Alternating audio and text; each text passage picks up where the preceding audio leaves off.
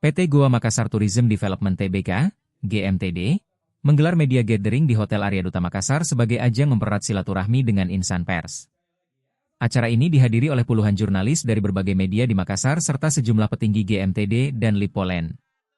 COO GMTD, Jamie Andreas Persang, mengapresiasi dukungan media dalam mengawal perjalanan perusahaan selama tahun 2024. Ia menekankan bahwa GMTD memiliki banyak rencana strategis di tahun 2025, termasuk pembangunan berkelanjutan di kawasan Tanjung Bunga.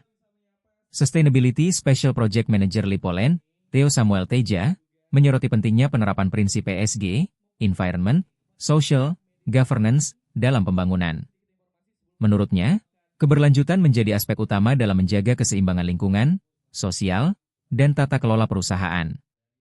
GMTD telah menyiapkan kerangka kerja berbasis 4 pilar ESG, termasuk peningkatan kualitas hidup masyarakat, pelestarian sumber daya alam, pemberdayaan UMKM, serta tata kelola perusahaan yang baik.